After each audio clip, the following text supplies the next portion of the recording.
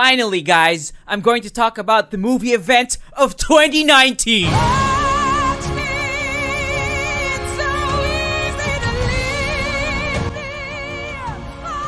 That's not going to work, is it? That's what I say to you. Meow, meow, purr, meow, meow, purr, meow, meow, purr, meow, meow, purr, meow, meow.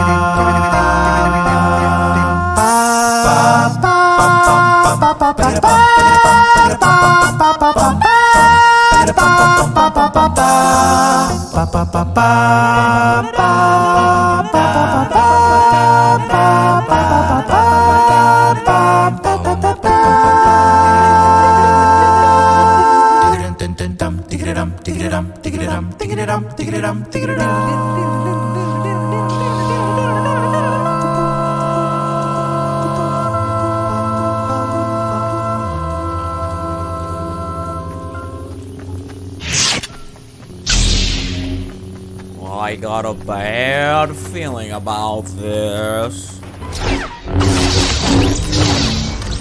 Are these bots? It's too easy.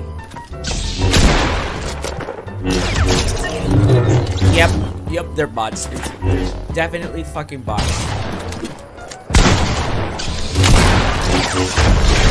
Easy! I beat your bots game! Where's the message? Oh, so it was a limited time event? Oh, I played it for nothing? So what the fuck is the message then? The great error is corrected. The day of victory is at hand. The day of revenge. The day of the Sith. So the message is fucking nothing also? You showed this text scroll in your movie, and then the actual audio that plays is shown in Fortnite.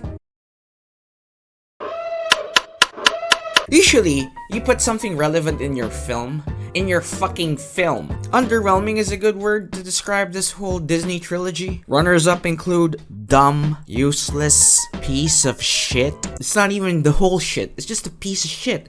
It's that pathetic. Rise of Skywalker feels like a bad mishmash of two movies.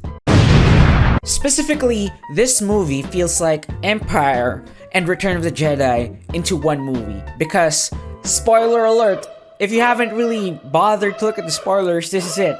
There's this reveal, like near the midway mark, that Rey is a Palpatine. And then, at the end, she reconciles with her past, Dark Lord of the...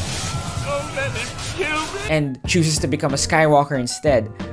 It's like that revelation alone takes one movie, and her coming to terms and dealing with it is another.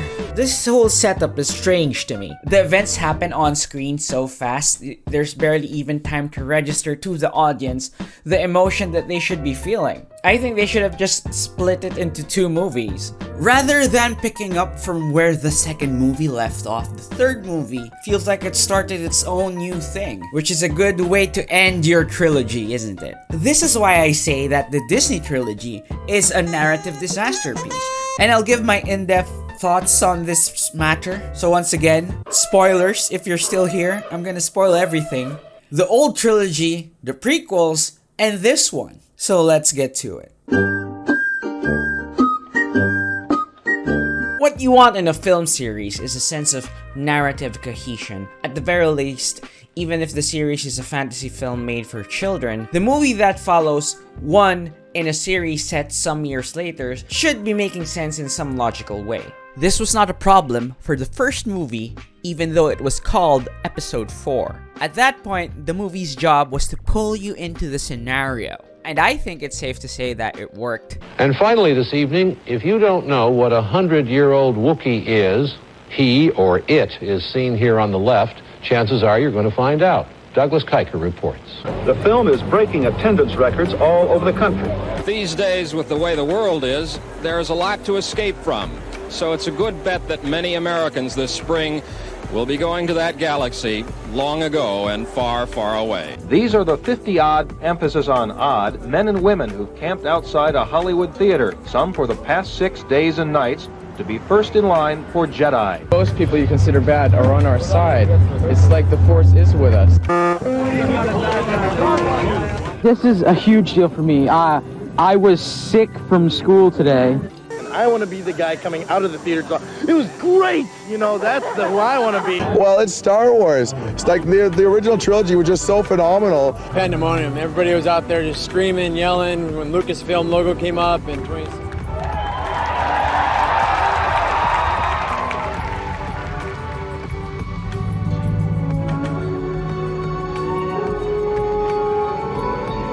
So, Disney now has a franchise with a rich narrative history.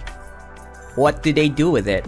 Oh yeah, I fucking love Star Wars! Somehow Disney manages to fuck it up in the first movie immediately. I'm not kidding, guys. This is the first scene of The Force Awakens, just to refresh your memory. When the big ass ship swallows the moon, it is a direct callback to that scene in Episode 4, which sort of implies that the First Order is as powerful as the Empire, if not more so.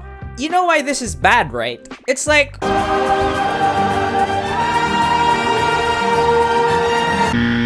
Don't bother with that fucking scene at the end of Return of the Jedi, bro. You guys fucking lost.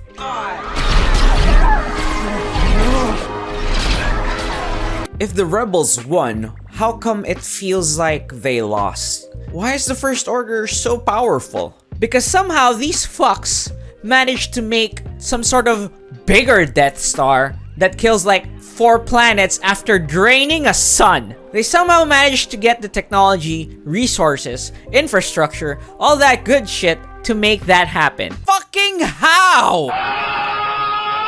The rebellion that succeeded is now called the New Republic. That makes sense. What doesn't make sense is that Leia has this split group which is called the Loathsome Resistance. Who are you resisting?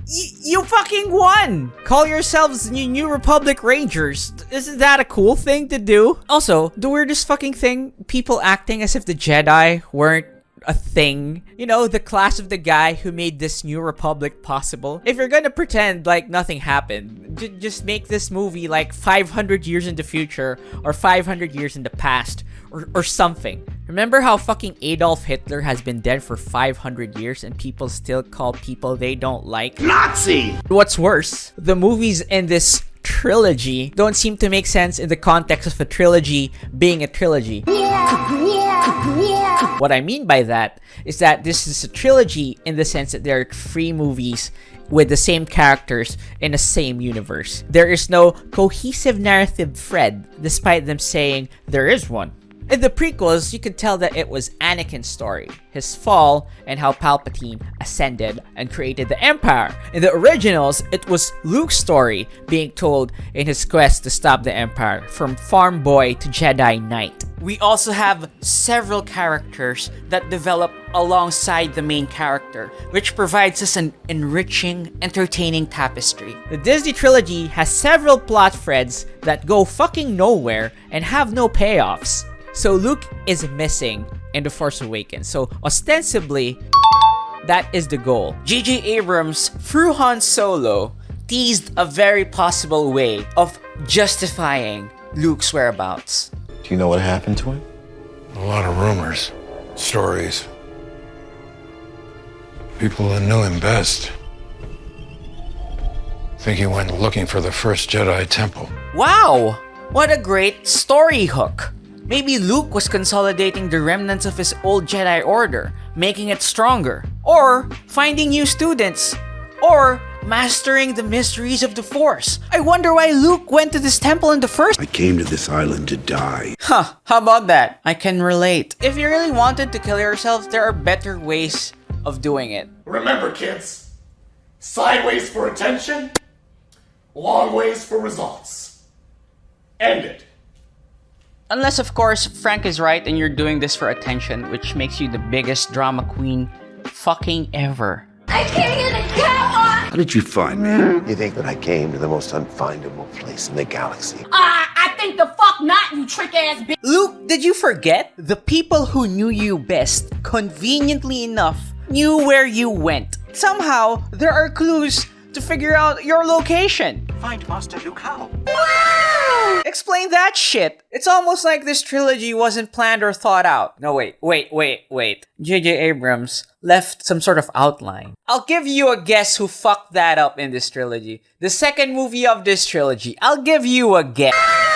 It also turns out that this guy is Jake Skywalker, not Luke Skywalker, because somehow Jake tried to kill his nephew in his sleep because he feared he would become some sort of dark Jedi. No way that's Luke Skywalker, no way! Luke convinced his father, who was Darth Vader, if you didn't know that, to redeem himself. The guy whose evil he experienced firsthand, and now he's gonna kill his nephew in his sleep. This is Jake, okay? Jake Skywalker, Jim Bob Skywalker, Ted Skywalker, fuck off Skywalker. Oh wait, that's right. So Jake just fucked off this island in shame.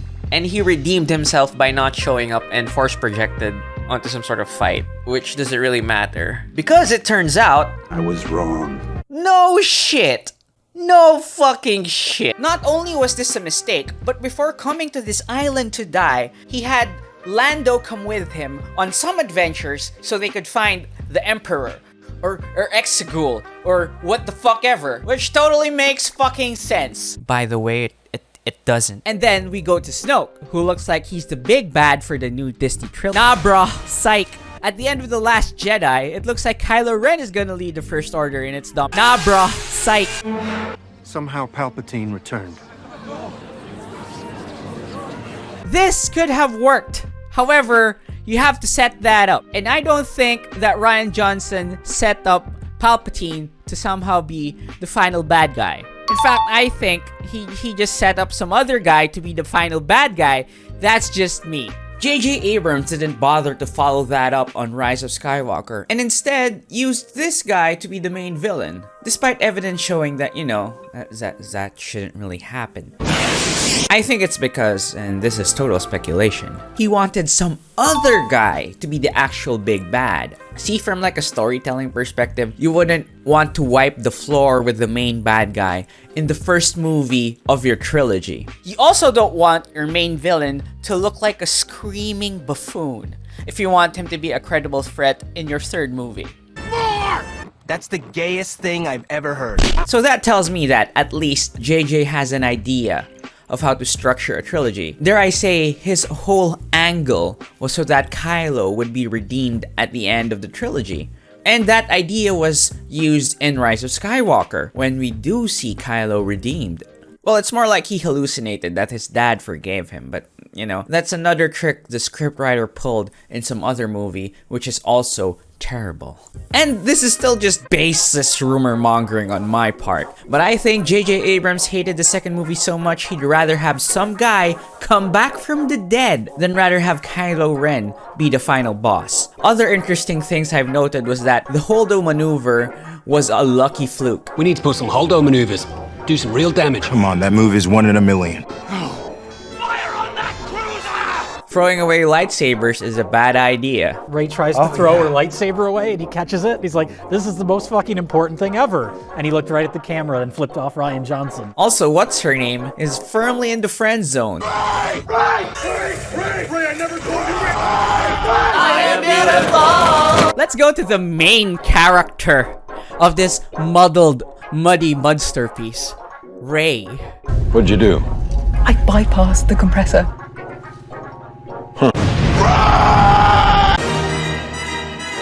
Somehow, Rey has ultimate awesome source force powers. She has no training, and she could do this. You will remove these restraints and leave this cell with the door open. I will remove these restraints and leave the cell with the door open. It took Luke up to the third movie to get to that point, and he actually saw the dude who did it. Luke managing to do it in the third movie means that he had some sort of training from a frog in a swamp. Rey didn't know this, or at least she didn't see it on screen, and she just magically knows how to do it. We'll get into how overpowered Rey is later, but one of the supposed driving questions in this whole trilogy is her identity and why she was left. Tying her back to the old movies is the easiest way to explain how overpowered she was. The most obvious mystery box answer that JJ left was this. That lightsaber was Luke's and his father's before him, and now it calls to you. So, just make her a Skywalker. It's that easy. Just go into the second movie, make her a Skywalker. Even if it's so predictable. Just make her into a Skywalker, guys. That's all you need to do for the second movie. That's it. They were nobody. They were filthy junk traders who sold you off for drinking money. You're nothing. Nothing. Don't you just love it when the answer leads to more questions? What? No. So her being a nobody doesn't answer the fact that she's overpowered without any training. Her being a Skywalker and just naturally being able to pick up the Force is a bit better, but not really. Luke and Anakin still needed training. Like, you need a teacher, and there's no teaching really in TLJ. Maybe the fact that she was nothing ties into one of the lessons or themes of the movie. I think one of the messages of The Last Jedi was that you could be a hero even if you're a nobody, which is a fine sentiment. So, this is why random kid number 11 manages to get a broom and look at the stars so he could aspire to be a hero. That's the message, right? That is, that's one of the big things of, okay, it's cutting loose the idea of her being special coming from lineage, and that is true, and I do like that. I think that's a good thing. That wasn't, though, the motivating factor behind that decision. It was more of a dramatic decision. Oh, okay. Let me just edit this a bit more. Okay, so she's nobody. Fine. Okay, let's go with that. Now, let's just focus on the adventure. Let's not make a big deal out of her lineage. Let's just make a good story for the third You have his power. You're his granddaughter. You are a Palpatine. Oh, for fuck's sake. Don't you just love it when the answer leads to more? No. And at the end of the movie, she's not really a Palpatine because she calls herself a Skywalker. I didn't know you could change your name like that without some legal procedure. Guys, real talk. I'm Weekend. Weekendipie! The Filipino cousin of PewDiePie. See how that works? It doesn't... And this isn't even going to the side characters, like Finn, whose impetus for leaving the First Order was one of his fellow stormtroopers dying in his arms, and like later in the movie, he's okay with killing them. No, not even later in the movie, in the fucking hangar. Can you shoot? Blasters I can. Okay, same principle. And then they bring it up in Rise of Skywalker. We were conscripted as kids, all of us. I was TZ-1719, Stormtrooper. FN-2187. You? I never knew there were more. He forgot. Or how about Poe, who was reckless, then not reckless, then reckless again? Wow, what a compelling character! With such a great and refined character arc. I feel bad for the actors involved. Like, I saw clips of them, they really don't want anything to do with this shit. If you guys had the opportunity to continue your character stories on a Disney Plus series, would you take it? Nope. And I don't think it's because of anything they did. They just did what the script told them to do, the directors told them to do. It's just this whole series is bad. Like, if I allow myself to be a bit generous, you could say that Force Awakens and The Last Jedi works as two movies. Even this, Force Awakens and Rise of Skywalker, work when they're like put together. But when you put these movies sequentially, it's a fucking mess. I think it's a problem because there is no unifying vision behind these movies. Unlike, let's say, the old ones. What I did when I was writing it, I wrote one movie, and then I couldn't do the whole movie because it was way too big. The first draft was, it had too much stuff in it. It was way too big. It couldn't possibly be done. So I took a deep breath and said, okay, I'm going to have to take all these great ideas, and that part I'm just going to have to cut out, and I'll just do what it was then really the first act, and I'll expand this and make this into a movie. So I did that, but then as a writer, you create this whole thing, and it's, sitting there on the shelf. So as soon as the film was successful, there wasn't any question in my mind that I would immediately go on and do the rest of them so I could finish it.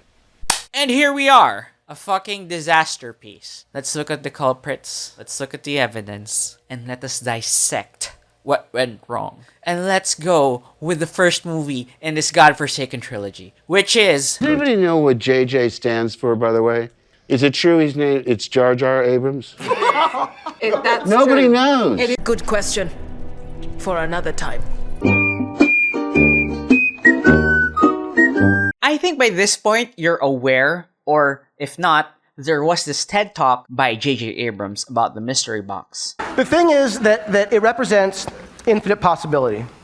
It represents hope. It represents potential. And what I love about this box, and what I realized I sort of do in whatever it is that I do, is I find myself drawn to infinite possibility and that sense of potential. And I realized that mystery is the catalyst for imagination. And there was one line that irked me. What are stories but mystery boxes? I think mystery boxes are parts of a story. That is to say, it's a hook. It's what you do with the mystery box and how it relates to the story that is most important. I'll give you a good example of a mystery box.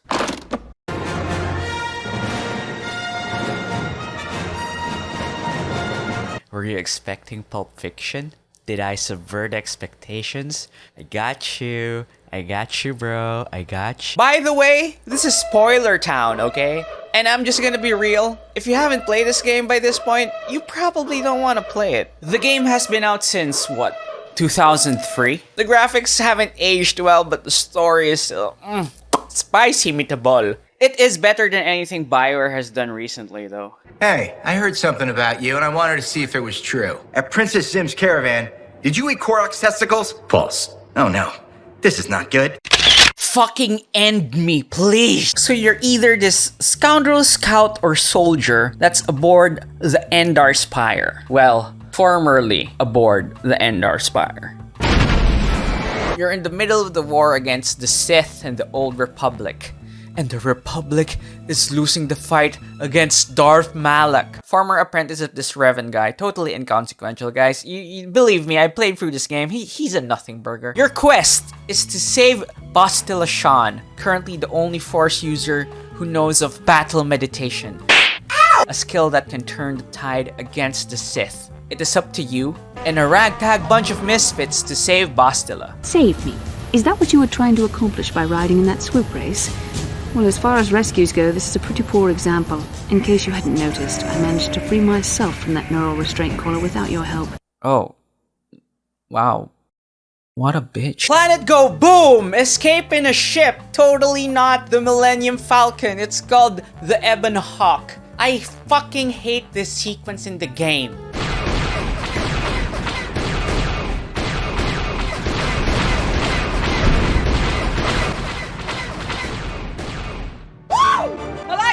Shut up, Ray! You do it if you want.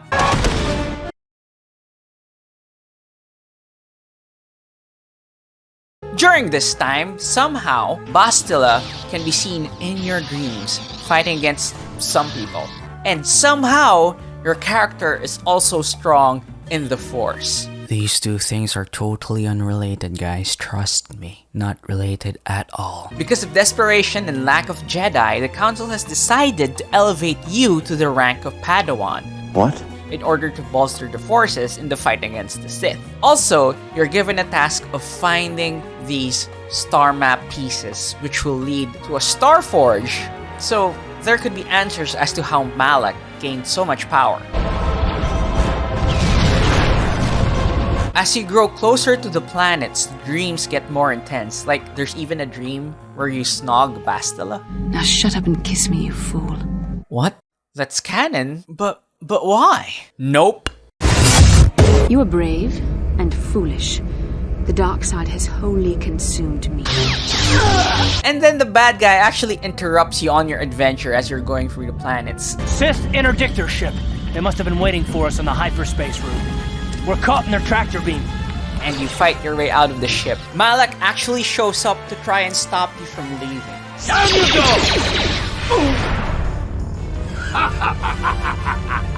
You know what? I like it when villains are threatening and actually smart. Then he confronts you with the terrible truth. You are the Revan! Oh my god! See, the reasons why you had these dreams in the first place was because the battle you see with Bastila is actually the battle between you as Revan and her. In desperation, she tried to save your life, brought you to the Jedi Council, and they basically rewrote your memories to become a new person. Because of this, a bond was formed between you and Bastila. A Force dyad, if you will. But this one actually makes some sense. The vision thing goes both ways. Bastila can see what you see in your dreams as well. The Jedi needed Bastila to have these visions so they could figure out where Revan went and how to get to the Starforge, basically. BioWare had the audacity to even foreshadow that shit. I saw on your service records that you understand a remarkable number of alien languages. That's pretty rare in a raw recruit. You must be trained in the ways of the Jedi, so that you can resist the darkness within yourself. Revan. And another one by Karth. Just remember to keep a low profile. I've heard some grim stories about the Dark Jedi interrogation techniques. They say the Force can do terrible things to a mind. Can wipe away your memories and destroy your very identity. So not only was that good storytelling, it was good use of the mystery box. You set up something, set up how relevant it is to the plot, and it pays off in a satisfying way. Something J.J. Abrams forgot to do. What are stories but mystery boxes? What grinds my gears is that J.J. Abrams had the gall to use Star Wars to defend his use of the mystery box. Star Wars, you got the droids, they meet the mysterious woman. Who's that? We don't know. Mystery box, you know. Then you meet Luke Skywalker, he gets the droid, you see the holographic image, you learn, oh, it's a message, you know, she wants to, you know, find Obi-Wan Kenobi, he's her only hope. But who the hell is Obi-Wan Kenobi? Mystery box. So then you go and he meets Ben Kenobi's uncle is Obi-Wan Kenobi, holy shit, you know. So it keeps it... Have you guys not seen that? The problem with the mysteries that he brings up here in the example was that I don't think they were mysteries in a plot-defining way. It could be a question that sparks the imagination, like he says. It represents infinite possibility. It represents hope. It represents potential.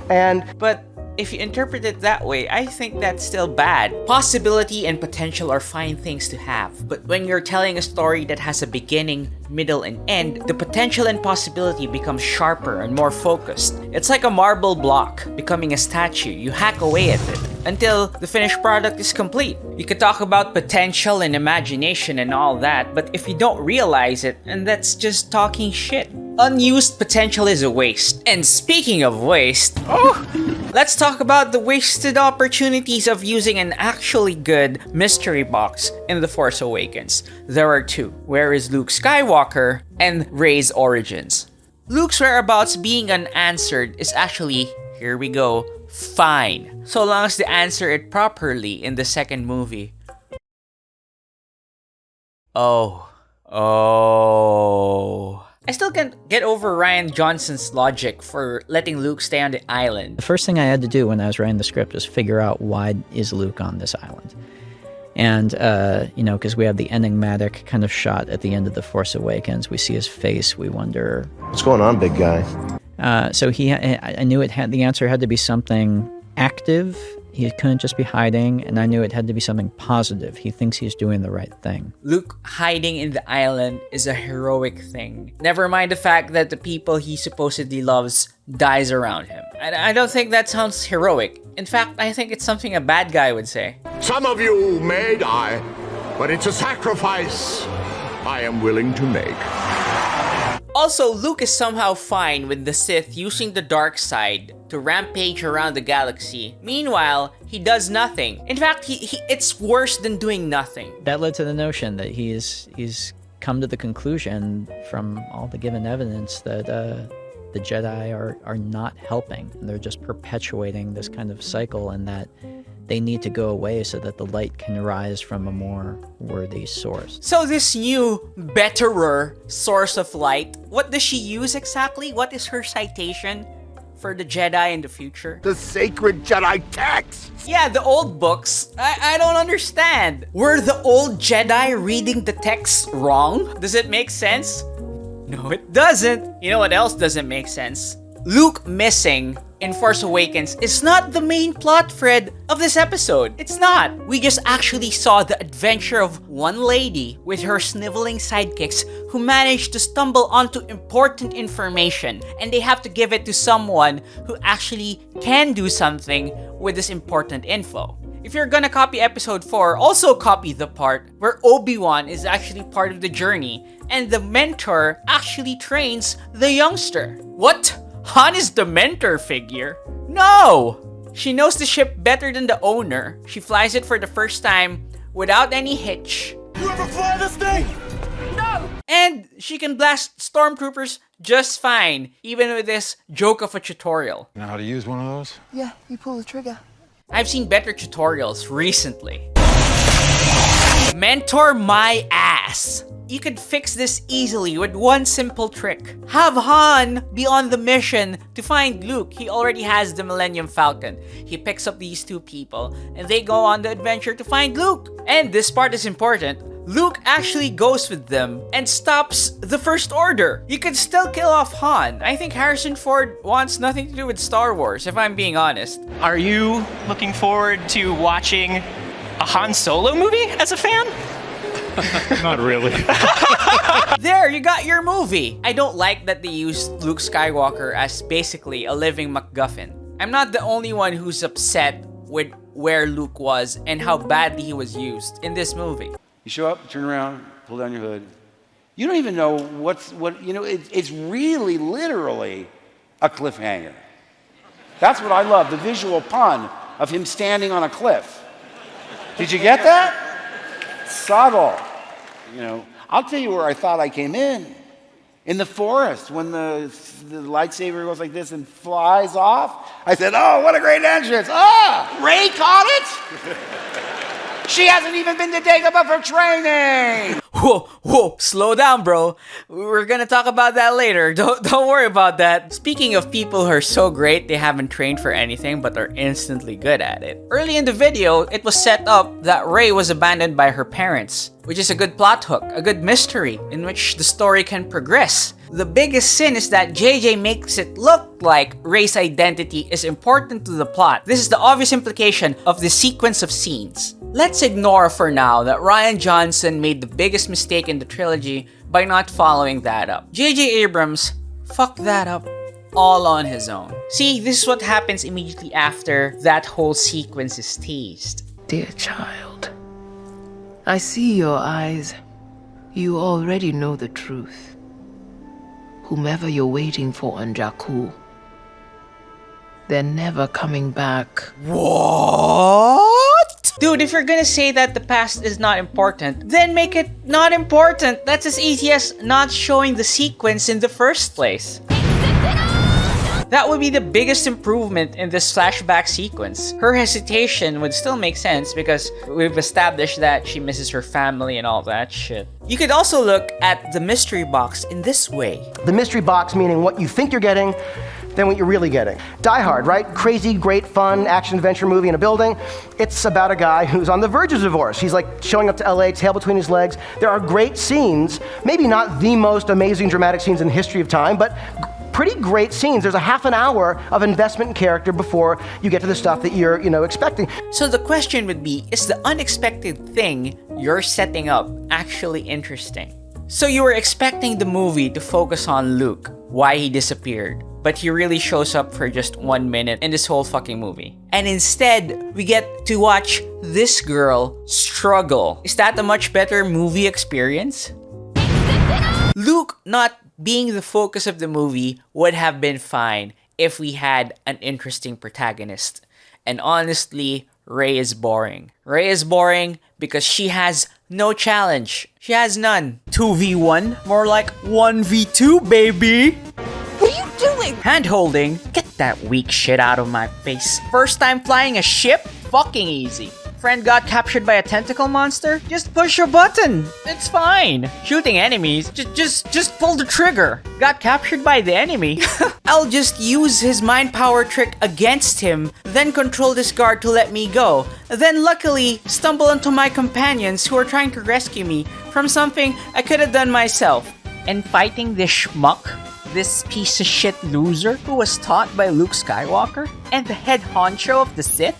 Pretty basic, really. By the time The Force Awakens ends, it looks like Snoke can only be the person who can challenge Rey. Oh, I hope they do that properly in the second movie. Oh, I can only hope. And the fact that her journey is to go forward in the future and all that is gonna be boring because of this. If your protagonist is already in God mode, it's not really an interesting thing to slog through, is it? It's fine to play around it in a video game for like a few hours, but at some point, I get bored. Imagine just watching a person not struggle for the next 2 movies. What do you think that will be like? Let's move on to our next contestant. Oh my god, Empire would have gone roasted. If you look at the criticisms of Last Jedi, can you imagine what they would have said about Luke just getting his ass handed to him by Vader? And like, oh my god, they would. In the first act, you introduce everybody. The second act, you put them in the worst possible position they can ever get into in their lives, and it's and they're in a black hole, never able to get out. And in the third act, they get out. That's just, again, that's drama. There are a lot of problems with Rian Johnson's masterpiece. From the tone, to the useless plots, to the romance. Countless internet scholars have already deconstructed it comprehensively. Legend has it that Rian Johnson still thinks highly of his masterpiece to this very day. Now it's worth it. Are you sure about that? I'ma just focus on one thing.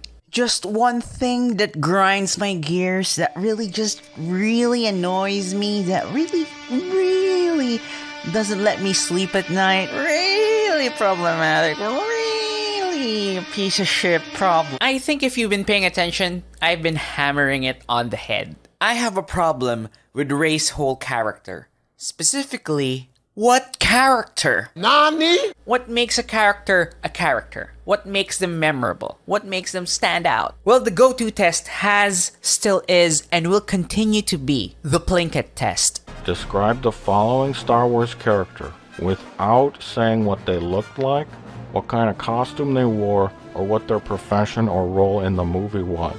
Describe this character to your friends like they ain't never seen Star Wars. The more descriptive they could get, the stronger the character, eh? Let's apply this test with the prominent protagonists of this series. That is to say, Luke Skywalker and Rey Skywalker. Where's Anakin, you fuck? No, I don't hate Anakin, guys. Calm down. Calm the fuck down. Because specifically in Rise of Skywalker, I believe someone has a fundamental misunderstanding of the hero that is Luke Skywalker. Is it fair to compare these two? No. This is like putting a baseball bat against Colossus and a baby, okay? Is it fun to hit a baby? Depends on the baby, baby! To that end, I have taken the liberty of asking help from distinguished internet scholars regarding their takes on the matter. So let's get into it. Yeah, there we go. So, Luke Skywalker. He starts very naive and wholehearted and kind of wants to do the right thing and he has kind of explorer's ambition. He wants to do much more than what he's currently doing. Naive, but brave and idealistic about his own future. He even pictures bravery, peace, adventure, and victory to be no less attainable than the exit from his boring, limiting home. But he is blissfully unaware of what all of that will cost. The character is pretty rash and doesn't think too much and learns to be much more patient and thoughtful later on. Can mostly be characterized as that want for adventure. He wants something more out of his ordinary life. He's heroic and mostly concerned with his friends over himself, but he's not totally selfless either. He seemed pretty okay with banging his sister and cucking Han. Overall, this persona is caring and sees the good in others, while trying to get the good out of those encountered. Hardships will not make the character lose hope, and this person will always persevere, no matter what. I'd say he's pretty resourceful too. He comes up with a plan to save Leia when they're on the Death Star. She's rich. Rich. There's not a great deal to him, to me, honestly. He's pretty typical, but archetypical. He's very familiar in a way I think a lot of people like. You watch him transition as someone who learns, has that sort of challenged, sort of change into a really noble, stoic, sort of monk-like character, where he becomes fully self-aware and sort of assured of himself. It's the difference between somebody pretending to be a badass and somebody who just is a badass. He's practically the representation of man at its best, understandably weak in both mind and body to begin with, but through many trials and choices in the form of life hitting you with harsh realities again and again, he comes through for those he loves and for what is right, making changes that will affect everyone for the better forever. And then there's Rey Palpatine. I know what this is. Like, I get it. I'm actually gonna try and flesh her out as a character. I'm not gonna just fucking throw this under the bus. She is handy. She's technically savvy, strong with the Force. She's just really good. In the words of Daisy Ridley, she basically just does the right thing because she's feeling compelled to do it. She's also very resourceful. Extremely resourceful. This persona is a prodigy at everything. The character is stubborn and selfish while thinking it's beneficial to the greater good. Also likes to harass old people on their private property. She's calm, stupid, angry, confused, critical, kind, selfless, caring, inquisitive, intelligent, resourceful, powerful, idiotic, absent, selfish, idealistic, depressed, difficult, helpful, and, well, anything that a blank slate of a stand-in for the protagonist reacting to the plot would be. She's sort of like a blank slate. She's ambitious, she has dreams and goals, but she's sort of at odds with them because she wants to stay on her planet in case her parents show up, so it's like... I've got to get back to Jakku. She's torn between two worlds. She legitimately just changes motivations throughout the films, and I'm thinking about it. As soon as I say something about how she was in Force Awakens, that's definitely not how she is in The Rise of Skywalker or TLJ. Not in a progressive way like Luke Skywalker where he actually has an arc. It's more like it's one step forward, two steps back. I have no idea what her character is. She has no goals outside of discovering her parents, of which we get to by the end of the trilogy, and we conclude that it doesn't matter anyway, which is something they did twice already. I don't know what she values outside of a standard plate of good guy attributes. She wants bad to stop, and she wants good to win. Cool. She's probably got the least character of any character that's ever existed. She's selfless, yet is just looking for self-worth. She also doesn't really want to be a sick-ass knight like Luke did. She goes to Luke so that he can explain a strong feeling inside of her and give it meaning. It's like the only thing she ever needs from somebody else. Rey, I think might just be horny. She's beige.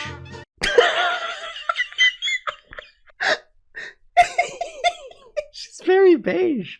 The Plinkett test is a description test. That is to say, the quality of the description depends on the person who's describing it. I'm just gonna describe a prequel character as told by someone in this thread. Nani? He has a generally serene demeanor that comes from his many years of experience. Although he's not given to strong emotional display, there is a kindness and warmth to him. He is guaranteed to do what he perceives to be the right thing rather than follow the letter of the law or find loopholes that let him do what he musts. However, he does have a manipulative streak and has no qualms about messing around with people in order to achieve his goals. He is also a risk taker, willing to put everything on the line and trusting his instincts to guide him.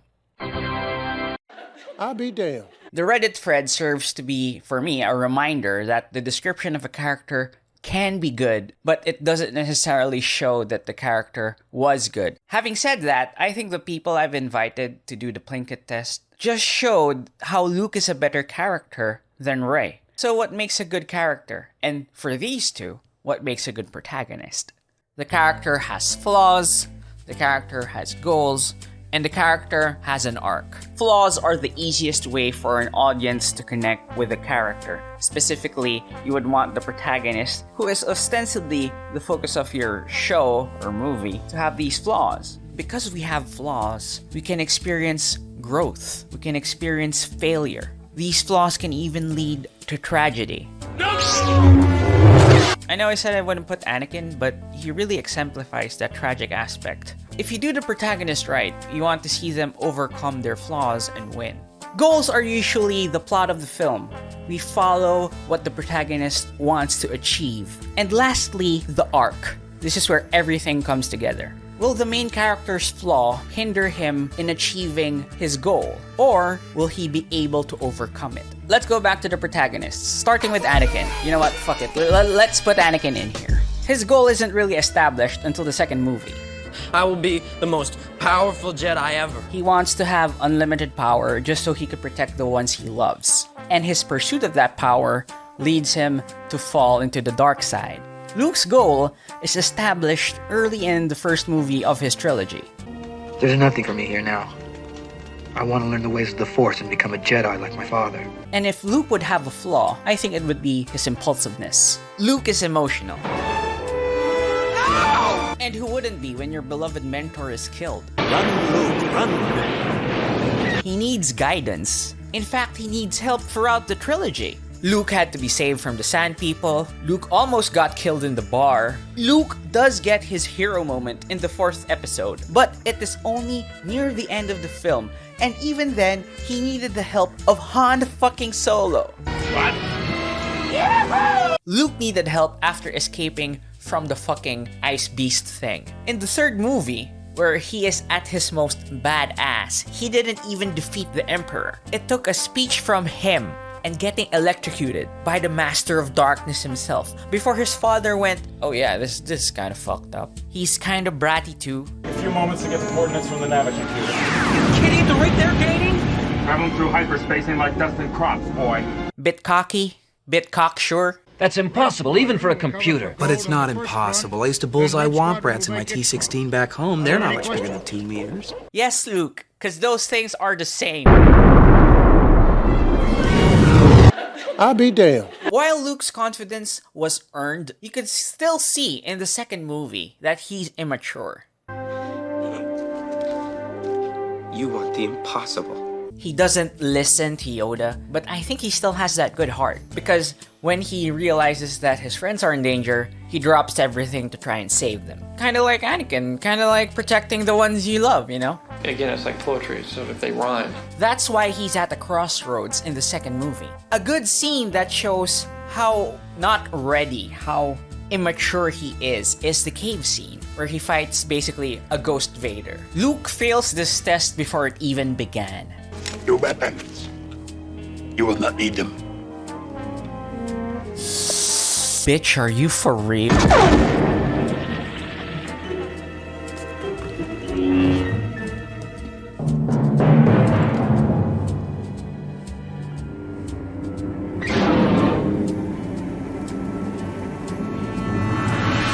That scene has a lot going on. In his current state, Luke can't win, because when he struck down Vader, he actually killed himself. And also, in great foreshadowing, it hints at his relationship with Vader. You know the twist? I'm your daddy, Luke. Oh no, not possible. Him being underneath the Vader mask also hints at the possibility of falling into the dark side, which we see in Return of the Jedi. That temptation is there. Your hate has made you powerful. Now, fulfill your destiny.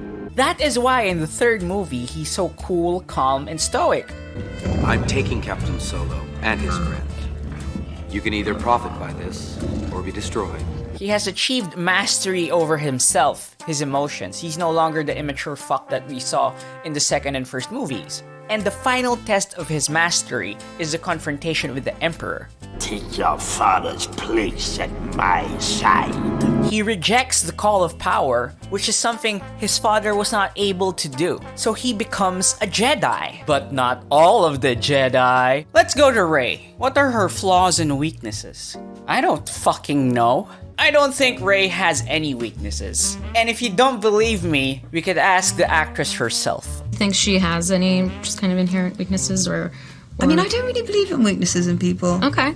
Because I think you can't sort of decide like what's good and what's bad in a person. Because everything makes the whole. I for sure think people can work on themselves, like with things like anger and jealousy. Right.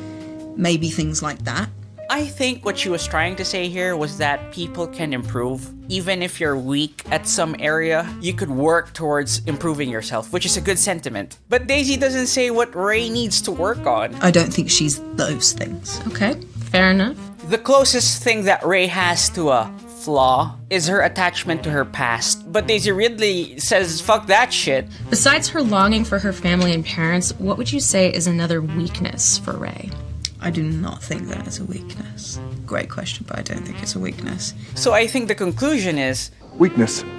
None? She does make, like, what, 2 mistakes that I can recall? But when you really think about her mistakes, they actually help her in Force Awakens when they were confronted by the space bandits. If we close the blast doors in that corridor, we can track both gangs. I'll close the blast doors from here? Resetting the fuses should do it. Wrong fuses. It ends up killing those guys and them getting away. Good job, Rey. And she enters the First Order alone without any plan to talk to Kylo Ren, as if her appearance alone would change Kylo's mind, which is fucking dumb. But at the end of it, while she does fail to convince Kylo Ren, the Emperor is killed. Good job! You've installed an incompetent buffoon to head the First Order. Blow that piece of junk out of the sky! An emotional fucking buffoon. Good job. The closest thing that Rey makes to a mistake was in Rise of Skywalker when she was fighting Kylo Ren and she ejaculated lightning.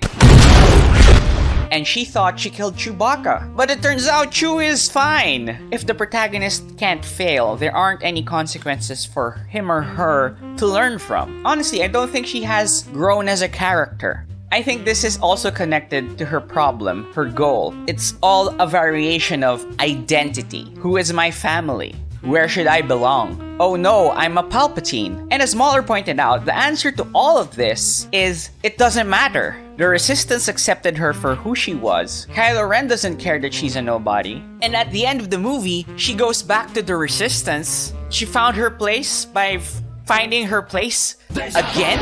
And she chooses to be a Skywalker, turning down her lineage. You know what? Maybe you should have been out there with us. No, I want to be out there but you're with not. you. You're here training. For what?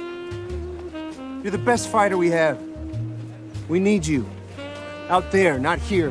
When you use a character like this, a character that can just resolve any situation in the story just like that, she's not a character, she's a plot device. I find it funny that they thought Rey needed to train in the third movie because they realized how overpowered she is, which is a bit too fucking late. I also find it funny that she even has this team around her when she can do everything on her own. We have to get to that wreck.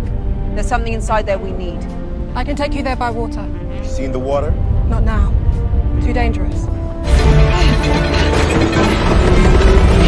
They can't stop her being so fucking good. Honestly, she just needs a driver, which is what Chewie has been reduced to. I guess dying would have been fine. Pick a card, fam. Pick a card. Now, if you agree with me that Rey is overpowered, that everyone seems to need her, that she is flawless as fuck, that she can get these kills instantaneously, then you agree with me that Rey is a Mary Sue. Don't believe me? Let's play a game! I found this Mary Sue online bingo. Credit to Aquamarine for doing this. So let's jump into it. Uncanny accuracy with spells or weapons. Secretly rich, royalty, or a god. Yep. The granddaughter of the Dark Lord of the Sith. Desired by sexy villains, heroes. Yes. More than 5 talents. She's got all of the talents. Immortal, can't seem to die. Yep. Always knows what to do, solves puzzles. Ka-ching, baby! Tragic past. Looks like it's heating up. Less than 3 flaws or weaknesses. I'm just gonna put 0 because that's the number of flaws and weaknesses that she has anyway. Story makes no sense. Absolutely. Oh my god, we did it, guys. We fucking did it. I don't mind that Rey is a Mary Sue. Well, actually, I do mind because that's just bad writing. It would have been acceptable if they didn't spit on Luke Skywalker. Was there any of the criticisms that you read that you may feel is now kind of fair? No. But I'm happy to ruin people's childhoods. The thing is, though, he hated it. He fucking hated it. They feel they have a sense of ownership, and I totally get that. I feel the same way, and things don't always go the way I like them either. I really hate the total disrespect, guys. Rey is this perfect goody two-shoes person who actually never suffered because of her moral compass. She hasn't. But Luke has. He paid the price for trying to save his friends. And you got this get out of the island. Luke would have gotten out of the fucking island if the writer let him. I said to Ryan, you got it wrong. Jedis don't give up, much less go hide off on an island. So right at the beginning, we were completely at odds. Some people would say that Rey's test was that she was a nobody, and that's a shocker. First of all, she knew she was a nobody. They were nobody. Second of all, any doubts as to her parentage were answered in the first movie when Orange Yoda said, "It doesn't matter, look to the future." Also, where's the twist? Like, there would be a twist to that answer in the story if for some reason Rey is a chosen one. Like there's a prophecy or someone is telling her that she's supposed to do this shit. When was it established in the story that Rey was being hyped up for a grand future destiny? Fucking nowhere. That's where. Why are people and media outlets hyping up this twist to be some sort of game changer when the twist itself doesn't make sense in the context of the story? What is this shit? It's so dumb. It feels like a twist for the sake of having a twist. It was more of a dramatic decision of... Yes, she suffers a little bit, but after that, her simp boyfriend kills the fuck out of the Emperor, and until the third movie, he's still thirsting for that Rey. We'll kill him together and take the throne. Also, in the Salt Planet, immediately after this traumatic incident of finding out you were nobody and your boyfriend is actually evil, what happens? Woo! I like this! No. I most certainly do not like this. She's fine.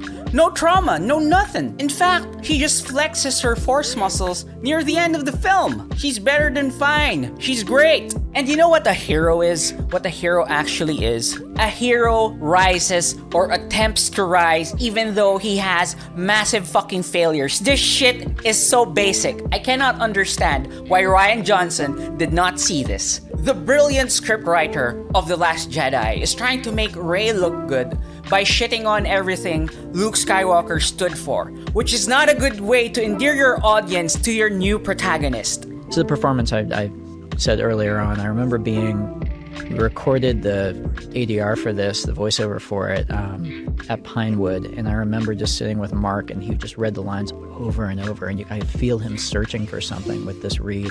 You know what he was searching for, right? The character of Luke Skywalker. Luke would never say that. I'm sorry. Well, in this version, see, I'm talking about the George Lucas Star Wars. This is the next generation of Star Wars, so I almost had to think of Luke as another character. Maybe he's Jake Skywalker. He's not my Luke Skywalker. This guy who actually redeemed his father at the end. That guy's gone. This ain't it, Chief. Whew, I got a little heated, got a little mad, but now it's time to finish the fight. There's still one opponent remaining, and it's time to... Hello? Use your aggressive feelings, boy. Dark Lord of the Sith? Let the hate flow through you. Wow, this is a total surprise, and I did not see this twist coming a mile away. Why are you calling my line, bro? Fulfill your destiny at my side. Nah, I have to finish the review for Rise of Skywalker. Maybe next time? The dark side of the Force is a pathway to many abilities some consider to be unnatural. What the hell do you mean by that? What the fuck? Oh, fuck. Where the fuck am I? Oh, fuck. Great, just great. R2-D2? You can send a message to my patrons so they can rescue me? Help me! Nerzul I, Raikar McCoy, Maya Menezes. I have a big nipples. John L. Doscosil, Billy DeVoe, Marcelo Oliveria, Logic, John Lemley, Registered Good Boy, Hjortor S. Hjortors, Danil Dmitriev, and Tad586, as well as these other wonderful warriors. You're my only hope! What do we do until they get here?